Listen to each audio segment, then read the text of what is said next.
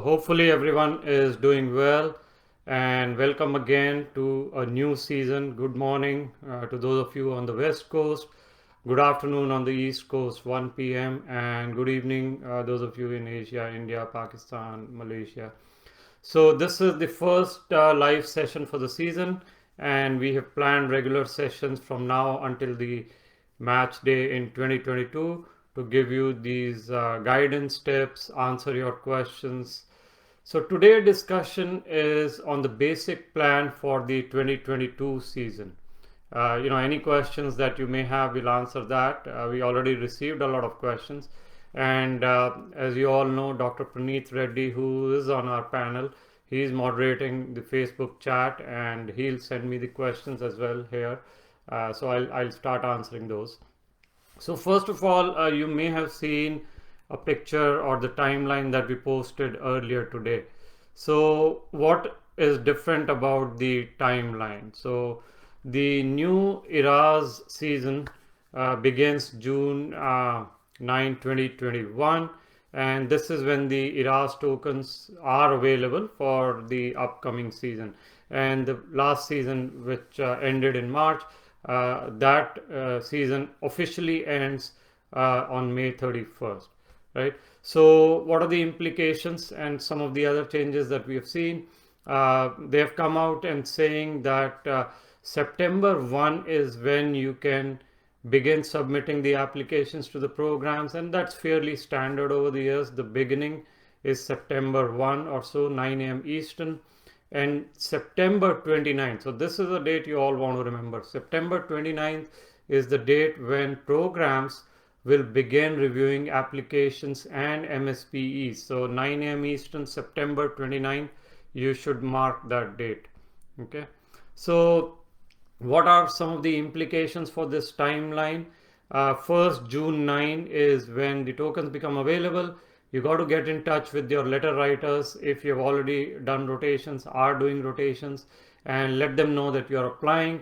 Ask for details so that you can send a letter request through ERAS. Remember, the waived LORs or the waived letters are the most important ones. So, they have to submit those LORs. And of course, if you applied last season, those LORs can be moved over to this season. So that's something you can start June 9th. And then let's talk about the September 1, September 29th kind of a timeline, which immediately is the most important one. So many of you will submit and can start submitting your application September 1 to all programs. All applications submitted from September 1 on to September 29th will appear to programs as being submitted on September 29th. Now this is important, and this creates a confusion every year. How important it is to say apply on September 10th, 15th, 28th does not matter. As long as you get it on September 29th, when they start reviewing the application, that's all the programs will have it as a timestamp. So we do, suggest that you get all the documents like the letters, the MSPE transcript uploaded to ERAS before September 15th. So there is no last minute rush. And during the busy times, ERAS does have, it takes time to process the documents. So that's the main kind of change for this season. And we'll get into some of the implications shortly. What is the ROL deadline? So that's again sometimes in March of 2020. They haven't given a date yet. In this past season, it was March 3rd. What is the match week dates? Unlikely to change. I think it'll be around 15th, 16th, whatever that Monday is. Other things which we don't know, whether the interviews are going to be in person or virtual. I think they will wait for the the COVID situation, the travel situation over the summer to decide. But in all likelihood, it could still go virtual like the last season. The programs are used to it. So many may not take the risk, and especially because of the travel situation around the world, it's not clear that it will be resolved before then. So those were some of the questions that we had. Now I have other questions that I'm going to go through, and Dr. Reddy will also take the questions, but let me first get through some of these questions that I'm seeing here. Uh, will applicants have enough time or opportunity to get US based LORs for this season? And will home country LORs have the same value this year too? So last year, home country LORs played a big role and really helped applicants match, especially if you had home country residency. Second, if you had home country experience in a COVID setting. So that really helped. It also helped the recent graduates. And also, the travel issue was there, so it was understandable they were not able to find USCE. So many had resorted to tele last season. Now, this season, the USCE opportunities, of course, have been increasing. More are expected to open up in the summer.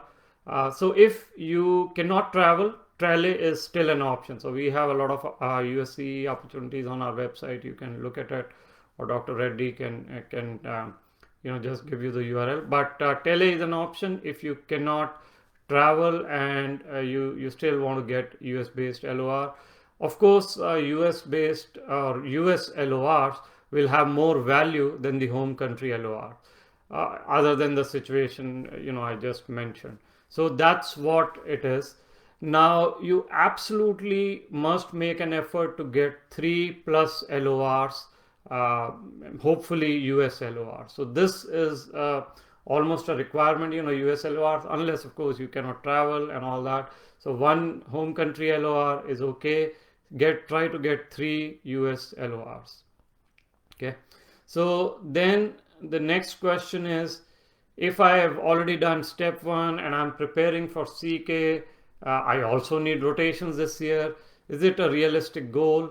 Can I apply late and match? So one thing you got to understand is there is something called ECFMG certification, for those of you who may not be aware. Step 1 CK, now OET, all that, and then you get that certification, and I'll talk about that. Certification is a requirement before ROL deadline and not before the application date. So this is a confusion. You don't really need ECFMG certification before the date, but it is important to note that yes, your chances will maximize if you apply on day 1 and you have a complete application by that time, including the ECFMG certification for sure. So plan to have the ECFMG certification before 29th of September. Of course, there are exceptions as always. If, say, for example, you have great scores, 250, 250 plus, if you don't require visa, so on and so forth, you can apply without ECFMG certification. A lot of recent graduates can apply without ECFMG certification, and our students last season, actually some of them got certified only in around 15th of Feb. So, just 15 days, 18 days before the ROL deadline, and they managed to match.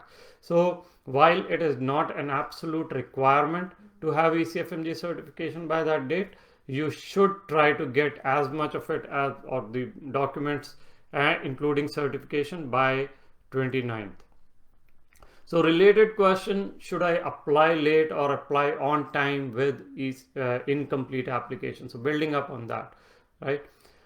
So if you have high scores, recent graduation, and you're just waiting for, let's say, MSPE or even one LOR, right?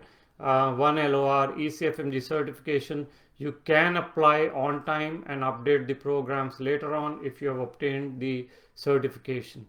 If you need to apply with a home country LOR because you're waiting for that US LOR, apply with a home country LOR, but apply on time. So high scorers have that leverage, MSP missing, and you are fine. Now, if you have issues like some kind of a red flags, you may have attempts and you may have very old year of graduation, you may have low scores, and then you have something critical missing, right? You may not have those LORs, you may not have one of these scores, then it becomes an issue. Complete application is always preferred in such cases, but you have to see what is missing before you make a decision to apply or not apply on time. And if you have a specific situation, we can take it up here. So then, when should I start working on my application and when should I get done? So application is more than just the documentation, more than just the paperwork. It's all about getting those experiences, thinking through those experiences, the value that you have added, the learnings you've had as part of your USCE, as part of your internship. So all that needs to come together, your volunteer activities, hobbies, EMR knowledge, all that. So you should be thinking about those experiences. You should be starting to work on it right now. Of course, you work on it in phases. So it's not that you put everything on September 15th, for example. So start thinking about all these things now. The earlier you start, the more time you have. Of course, you can get feedback from your mentors, seniors, and those of you who will join USMLE Sarthi. We have some very rigorous timelines to make sure that we review all your documents, edit all your documents, and get it out on time. So this personal statement takes a lot of time sometimes for a few of you. You'll have a lot of iterations. So LORs you have to chase. So start now and make sure you've planned your rotations also. That is a big thing, planning the rotations now. And I think I do have a video coming up later today or tomorrow. We'll talk more about that. How do you find the USCE? So plan those rotations now so that you can get together with your letter writer, upload all the LORs by September.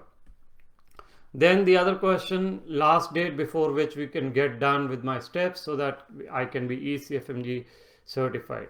This is again an important question. So you have to understand there are three components, and you have to keep in mind the time it takes for each so that you can apply on time. So first of all is the credential verification. If you're a graduate, when you have applied for any of your steps, you have already completed this part, so nothing to worry about. If you have recently graduated or yet to graduate, remember that your credentials, medical diploma needs to be verified by ECFMG. And depending on the school, if it has an electronic portal or not, it can take between 2 to 6 weeks. So that lead time you need to factor. It can be highly variable. Then of course is the step exam score reports. Take about 3 weeks for the score report of your last step exam to be out. So that's another 3 weeks you have to factor. Of course, a lot of it overlaps, so there's not the timeline is not just straight one after the other sequential. Then of course is the pathway application. Once the credential verification is done, now this is important. Once the credential application verification is done, all step scores are out, including OET, and the documentation like good standing for pathway 1 are sent to ECFMG. It will take them 4 to 6 weeks to certify you through the pathways. It should be quicker this season. ECFMG has had that experience last season, but you got to be better prepared for the worst. I mean, this is ECFMG. We all know how sometimes things can be delayed. Then some of our students, who have had this experience, they said call ECFMG frequently to get updates about your application and maybe nudge them to quicken this process. So remember the 3 steps that you need to take: credential verification, step exam, score reports, and pathway application. Then you get the ECFMG certification. Okay. So let me stop here and see if you have questions that are coming in, and they are. So I'm gonna start taking these questions. First questions come from Ayman. I have 3 US LORs, but they are clinic based. Is that okay? Are inpatient LORs very important right now? So clinic based may be okay. Inpatient rotations are few and far between given COVID situation. But what you need to understand, Ayman, is If it's an affiliated clinic, physician is affiliated with a residency program, that LOR carries a lot of value. So clinic based may be okay. Inpatients are fewer this season for obvious reason. Try to get those affiliated physicians. LOR letterhead is important. And Anonymous asks, I have a query. If there is a gap of more than 1 year between purchasing ERAS token, LORs will still get rolled over. I am not sure of this question. If you purchased ERAS token last year or more than 1 year, I think you should call them. They do get rolled over from the previous season to this. I just don't know whether it is 1 year or what that time frame is. Mustab is asking, can I use LORs from the 2019 season? So 2019 season, 2020, 2021. So we are talking possibly 3-year-old LOR or more. That's a tricky one. It depends on the quality also, but we recommend fresh experiences. These experiences fresh, if you have in this season, will greatly help. There's nothing against using those 3-year-old LORs, but programs always like to see that you are clinically current with the US system and your rotations are current. So if you could, please try for a fresh LOR. And it is not the date on the LOR. A lot of students have this misconception that I did this experience 3 years ago. Let me just get the fresh date and we'll be fine. It is about the experience. So you got to check on the experience when you got that experience. Yasin has a question. I'm a 2013 graduate with average scores and I failed step 3. Should I continue with USMLE? So, USMLE has a lot of options for you. It's not just say IM, right? So average scores, I don't know average scores. What do you mean by that? Because scores can vary with specialty. Surgery versus pathology, there is a wide range of scores. Step 3 failure, a lot of students have had step 3 failures. That is not a deal breaker. I think what you should do is see what your skills are, what specialties you've had experiences in, and realistically what specialty you can apply to given your average scores, and you will be fine. There are many stories and experiences of our students, of other students who have fought against all the odds, against average scores, step 3 to match successfully. So you can definitely match, Yasin. We just don't know enough about your profile. Next questions come from Avika. Do hospital-based LORs hold more value than private clinic? And does your city you do rotation in matter? Should you try and do rotations in a city that you hope to do residency in, or does it not matter? Excellent question, Avika. Good you're asking these things in the beginning of the season. The letterhead does matter. Now, again, like I mentioned, whether you're doing inpatient in a hospital versus outpatient rounds, etc., that's COVID. But yes, hospital letterheads are more important than private clinic. And yes, the city you do a rotation in does matter. So what we recommend is, be flexible, especially those of you who are not living in IMG friendly cities. So you may be in Seattle, LA, Idaho somewhere, Portland. You really need to understand that the spots across all specialties are the highest in New York, New Jersey, Michigan, Illinois, Pennsylvania, those kind of Florida, those states. So it does matter if you want your profile to be picked up for interview at some of those states. We recommend that you do rotations in some of those cities and states. Should you try to do rotations in a city that you hope to match into a residency? So if say you are local to New York or local to Detroit, yes, if you do a lot more rotations in say Detroit, you're a Detroit resident, then the chances will become very high for the local programs. Next question If I apply with step 1 score for match and update CK score later, will it be possible? Year of graduation 2019. This comes from Zubair. So now this is a tricky one. If you don't have a CK score, it becomes harder for a program to invite an IMG. I'm not saying this cannot happen. It will depend on the score.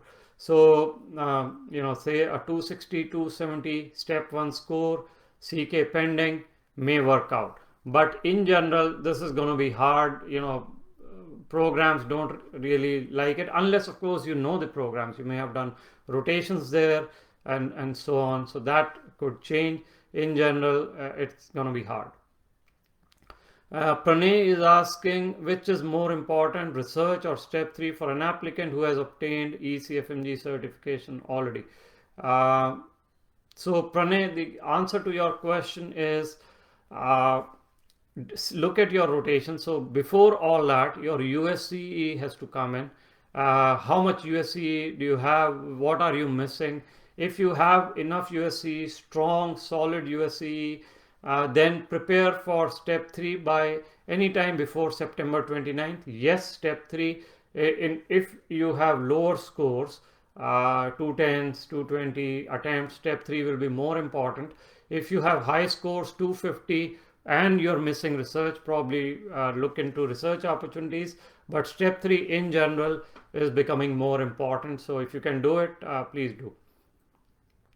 Bashir is asking, what are the chances for fellowship without US residency for someone in their home country residency plus ECFMG certified? So Bashir, it will depend on the specialty. For example, geriatrics is a specialty where a lot of our students have gone into fellowship without residency and then they come back. So geriatrics, in pediatrics, you're talking neonatology, that is possible depending on what your home country residency is. Nephrology is another one. They look for some research. Chances are good if the other parts of profile are good. Then this question, I don't know who's asking, but I'll read the question. What is the difference between university-based and community-based residency programs? Is it possible for IMG to match in a university-based program? So second question first. Yes, it is absolutely possible. A lot of people do it every year. It is not unheard of. University-based programs have a different criteria. So they like recent graduates, they like high scores, they like interest in research.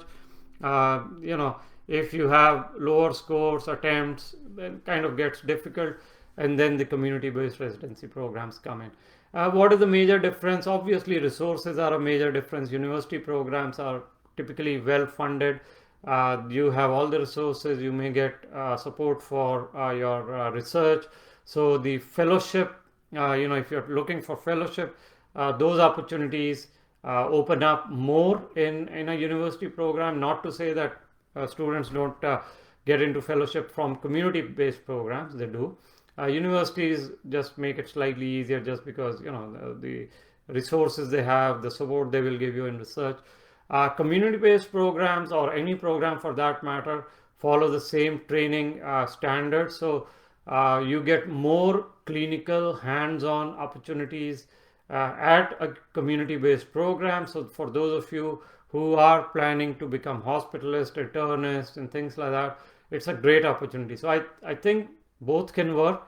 It's too early in the season to decide where you want to go. We would think you want to apply broadly. Next question comes from Yash. After taking step 2 CK and OET, what is more preferable, step 3 or observership? I think I answered this. USCE is absolutely important first. So if you have enough USCE, then you can think about step 3, or you work on both parallelly. So USCE first, and hands-on matters more than the observerships. Do LORs have to come from the MD in the same specialty I am applying to? Okay, so I think the question is, do LORs have to come from the same? So it varies. So for example, in IM or FM, if you are doing outpatient rotations, preventive care, primary care, then the physician may be board certified in FM versus IM. The LOR won't really, it doesn't matter. But if you are applying to pediatrics and you are, the attending is a cardiologist, adult cardiologist, or in IM, then it gets harder, right? So keep that in mind. US IMG with 226 on step 1. This is Johnny. I don't know, Johnny, the question. So if you can type again, we'll get to it. Sam is asking, is LOR from Canada accepted? Well, accepted, even home country LORs are accepted. I think if your question is that are they a substitute for US clinical experience, the answer is no. So try to get US experience, US LORs, but of course, in absence of that, Canadian LORs are acceptable. Now, there are, of course, if you are a Canadian IMG, right, and you're actively practicing in Canada, then it's a different matter. Same holds for UK and some of the other countries. If you are actively practicing in UK, for example, then it's a maybe better than other countries. This thing, LOR. Michael is asking, I am a US citizen, first year MD students wanting to match in ortho or neurosurgery. What can I do as a student to increase my chances of matching? So Michael, it is excellent that you are starting on your journey so early. It's always a good idea to plan in advance. For now, I think you want to get your basics. You want to just make sure that your academic credentialing and profile and the exams and the understanding of the basics, especially geared towards step 1, even if it is going to be pass fail if you take it next year. So those kind of things. Start thinking about some of the research projects in ortho neurosurgery in your college. Those would be the kind of things. Volunteering, hobbies, they always help. Try to be very active in your club. There may be medical school club. So build the parts of the profile that will help you, and then gradually after your second year, start thinking about step 1. The preparation. Of course, in January, it's going pass fail. We'll see what else changes. Remember that your CK score will be very important. Your rotations will be very important. Research is going to be important. So, USCE and US research in your case will be much more important. How competitive is pathology as compared to radiology? So question comes from Rishabh. So let me talk about the competitiveness of these specialties. Each specialty looks for relevant profile. They may have higher or lower score requirements. That's one thing, but they all look for your interest in that specialty. Your demonstrated work in that specialty can come from rotations, research, so on, right? So work experience. So everyone, including pathology or radiology, of course, looks for those things. Now, what happens is, if you are looking only for scores, pathology is easier. Pathology is also very forgiving when it comes to year of graduation, when it comes to other attempts. So if that is the question, yes, pathology is easier than radiology.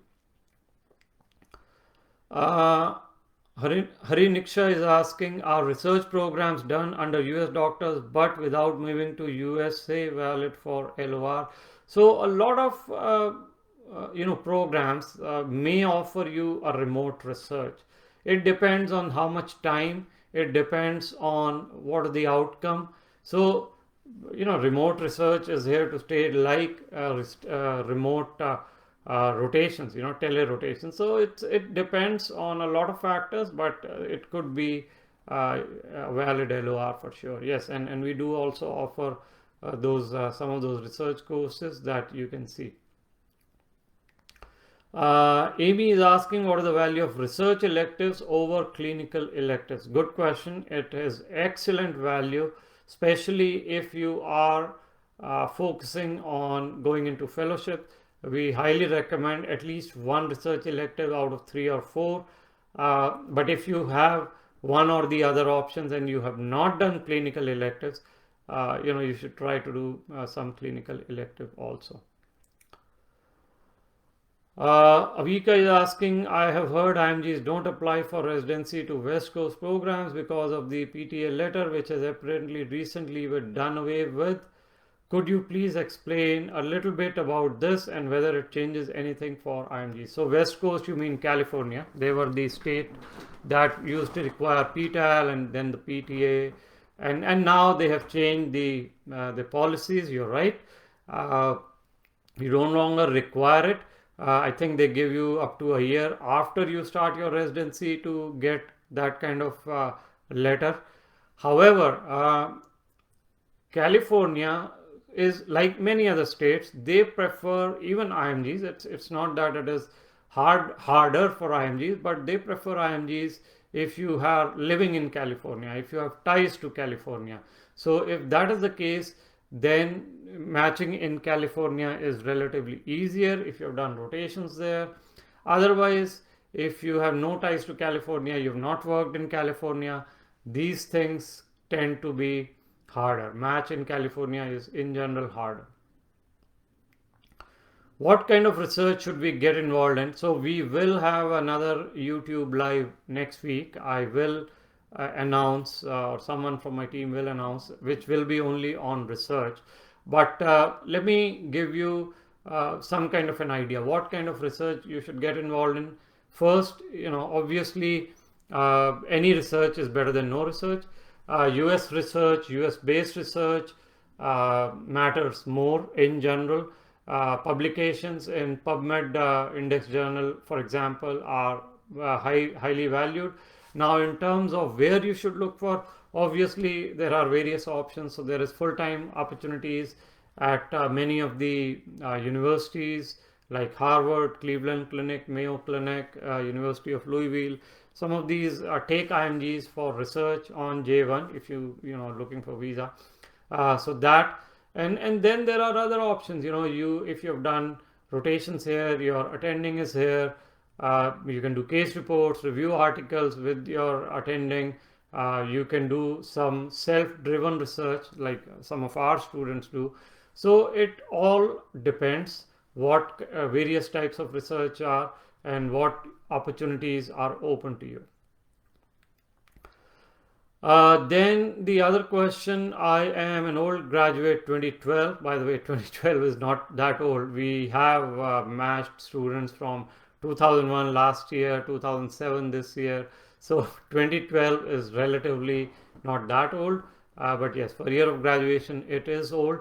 I have done my anesthesia residency in 2017. It is big achievement. Congratulations. Will home country residency help me match into anesthesia in the US? And the answer is absolutely yes. It does help.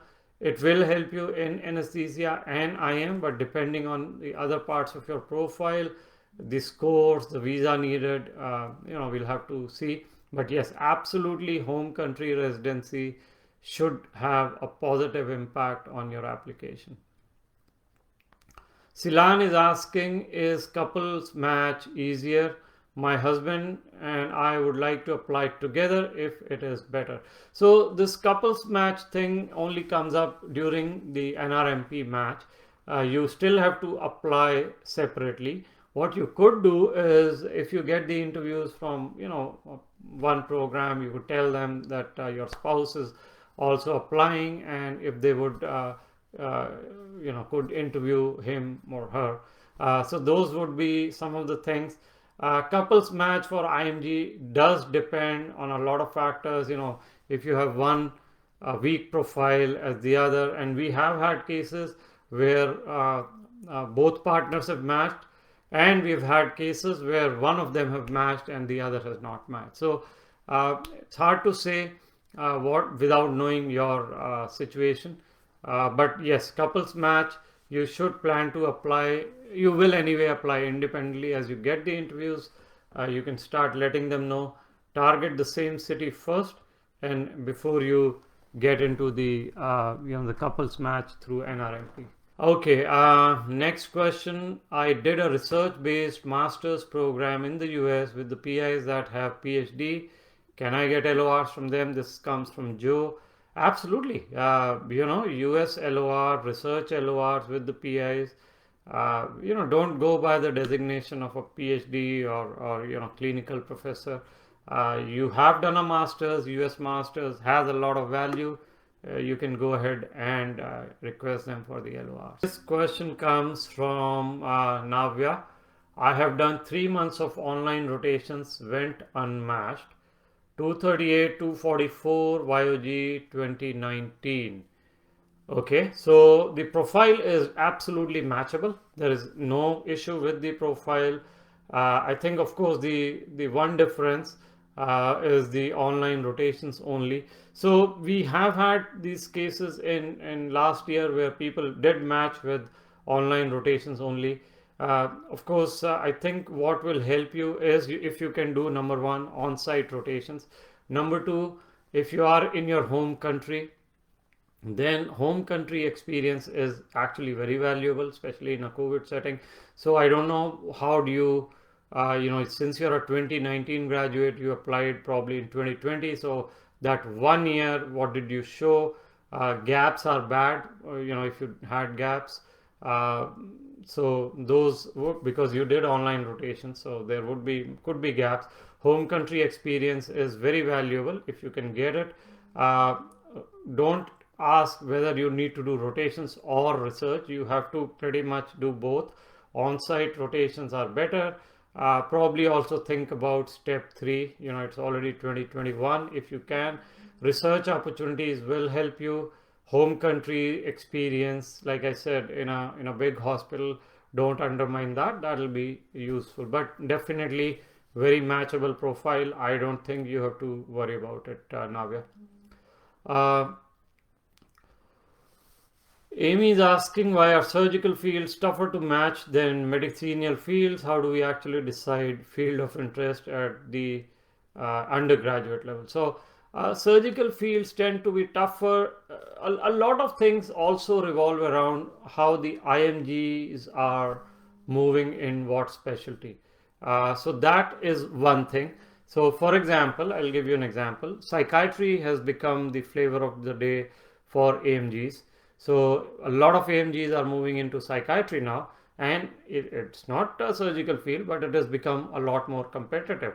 Neurology certainly has become a lot more competitive. So there are these trends that are driven by AMGs. So if they start to get into a specialty, obviously, first preference is AMG. Pathology has gone the reverse way, slightly getting easier. Other complications in the surgical field, of course, is the relevant kind of procedural surgical experience. It is, I won't say that it is that hard. If you plan it well, if you do rotations, electives, preliminary is actually easier to match in than the advanced. So yes, there are some complications in some of these fields, like general surgery. Some of them are very competitive, neurosurgery, even the top AMGs cannot get it. So it's also a function of how many spots are available, ortho, neurosurgery and all that. Faison is asking, research experience for how much time should be good for surgery match? Research experience, any research experience less than 6 months is hardly a research experience, right? So that, so think of that, how much you are getting, where you are getting that experience, and then we can, kind of decide. So less than 6 would be difficult, and of course publications matter. Yes, is asking, how does a decrease in CK compared to step 1 score affects the chances of match? So first is how much of a decrease we are talking. Are we talking 250 to 220? 30-point decrease, huge. That is a big issue to be explained, but there may have been explanations. Or the other issue is 5-point or so increase. So it depends. If it's a big difference, then they could ask, or you would be expected to talk about these things. And in terms of decrease in CK scores, if you've already had a decrease, look at other parts of your application. How can you improve other parts? Next questions come from Jenny. 196 in step 1, CK is 231, so that's a big increase. That is good. OET is passed. Working full-time in the US, no visa required. 2 years USCE. Publication in American Hematology Journal. Observerships, 2 observership, 1 FM, 1 cardio. Where to apply, FM, IM, or pathology. I don't see any pathology experience here unless I have missed something. Maybe it's your work experience. So pathology also will need relevant experience, relevant rotations, Jenny. So pathology may not be the right specialty if you have no experience there. Most likely, if you IM is matchable. If you have this 2-year experience, I don't know where this is, likely in a primary care setting. IM and FM both are matchable. So IM slightly harder, but doable. You should apply to both.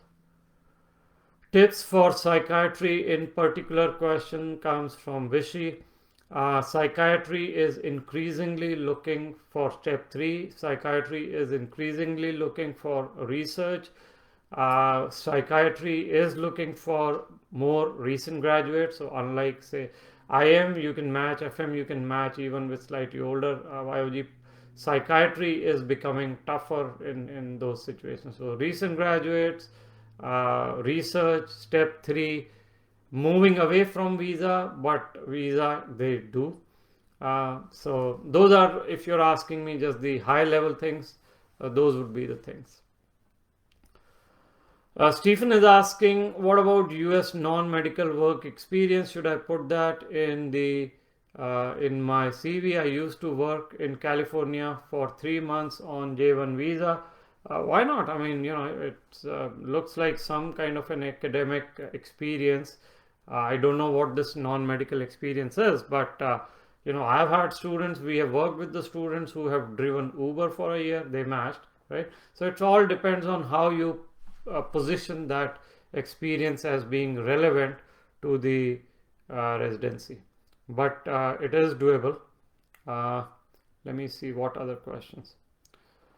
Tapan is asking home country versus MPH in the US, which is more valuable? Home country versus MPH in the US. The question is, are you going to start home country residency now, or you already have it? So if you're starting it now, we're talking 3 years, right? So we don't know yet what happens in 3 years. MPH is a good degree, especially if you are applying to family medicine, maybe even internal medicine. It also depends where you can get it from, those kind of things. So that would be my answer without knowing much about what you are looking for. Till when can we give step 3 so that it will help us get the interview? So obviously, ideally is everything done by September 29. If so, the assumption is if they are starting to look through your CV September 29, interviews will start, virtual interviews or otherwise, maybe around 10th of October, I'm sorry. And then they will go on till October, November, December, January, maybe some in Feb. I think if you're looking for the last date, October end would be the drop dead date that I can see. October end, take step 3. Hopefully, the scores gets reported, and in December you get more interviews. So Last year, a lot of our students got many interviews after step 3, and they did it in October, November. Does a place where we do research experience will affect us? Rishikesh is asking, like Mayo versus a very small university. So all research is good, right? It depends on what type of research you end up doing, what your role is, what the outcome is. That is the first criteria. So if you are applying for, say, internal medicine, and you're doing ENT focused research, I don't know how much that will help. But if everything else is the same, right, then yes, a bigger university or a bigger place which has more valuable brand like Mayo, they may matter more. But it also depends on the LOR. At smaller places, maybe you can get a better LOR. It just depends. Some of this is just dependent on the PI.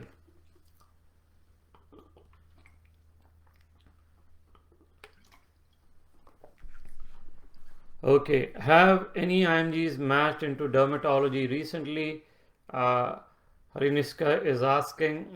Yes, not our students, so let me be, full disclosure.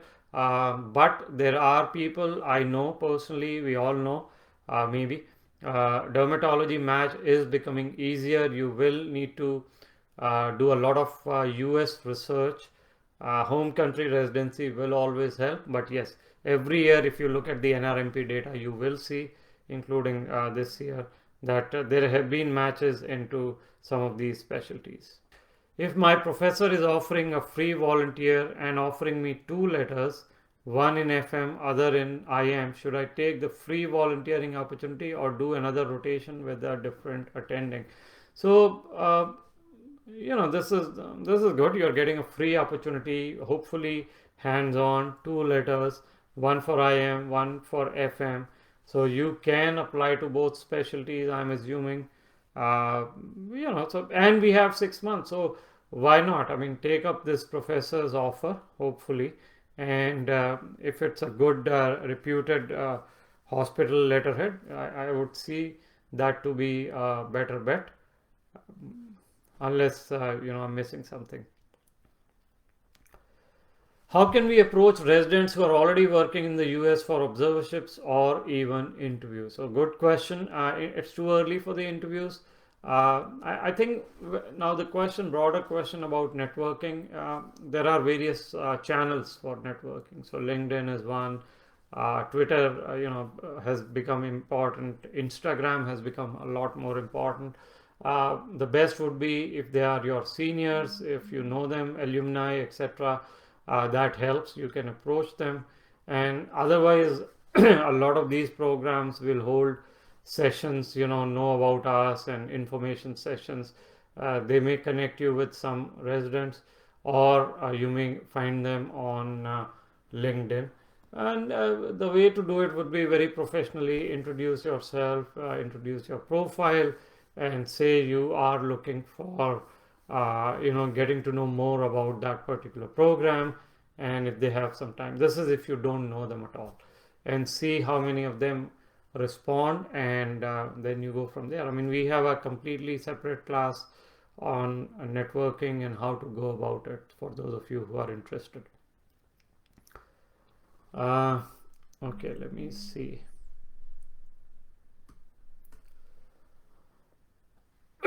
So Rishabh is asking tips for pathology. There are only 15 to 20 places that are good, I've heard, and the quality drop off is huge. So Rishabh, like all specialties, the quality will vary. There are university programs like Cleveland Clinic, and there are community programs. So the definition of quality, like in any other specialty, I mean, IM is the same.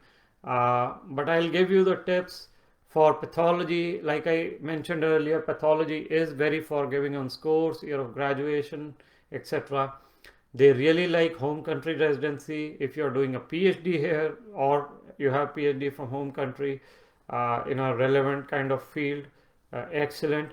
More importantly, if you don't have any of this, if you for the next 5-6 months focus on pathology, work in labs, hopefully in the US, get some US experience, maybe get some publications, show them that you are dedicated to pathology, you would be fine. Can undergraduate score, UG scores in home country affect matching? Unlikely. I think the first and foremost is your USMLE scores, USEE, so on and so forth. But yes, there are cases if you have failed some exams in your undergraduate level and all that, it could make a difference. Slightly lower scores may not be that important. Faizan is asking 244 in step 1, 255 in CK. What are gold things or good things for me to do for surgery match? I think you need to get US research experience. I don't know if you have done electives here. Those would be the two things that come to mind immediately. Of course, prelim programs would be, if you don't need visa, then also that's a good thing. Okay. Other questions, or we can call it off. It's already 53 minutes in.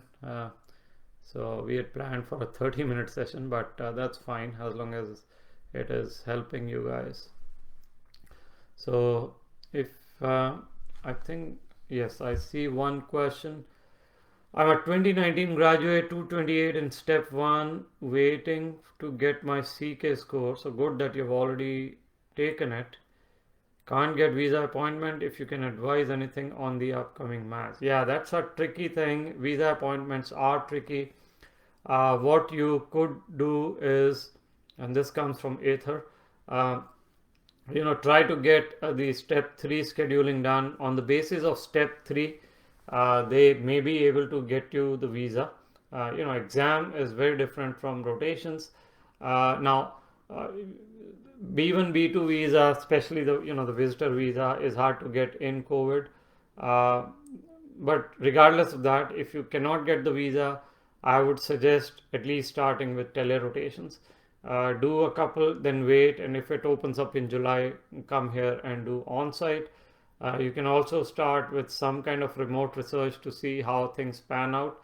Unfortunately, those are the only things you can do sitting in the home country. If you're outside US, step 3, like I said, will help if you can get that certification done and get that score. So step 3 scheduling will help.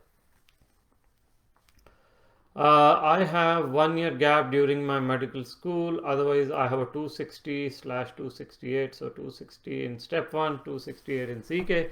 Will the gap affect? So you have excellent scores. In general, the gap should not affect anything, especially in the community or the affiliated program. Even university program. A lot of IMGs, as you may be aware, take this gap to do rotations, electives. And they match. So it is not a big kind of a red flag. It is what it is. I think you've covered it with your scores very well. So no issues with the gap. All right. If there are no other questions, why don't we wrap it up? And we will do these sessions very regularly. So thank you for being part of the Facebook group. You guys are keeping it alive, healthy, vibrant. And thank you all for attending today. And we will be in touch. And if you have any questions, you can obviously keep asking in that chat. We'll monitor it and then we will go from there. Thank you all and have a good weekend.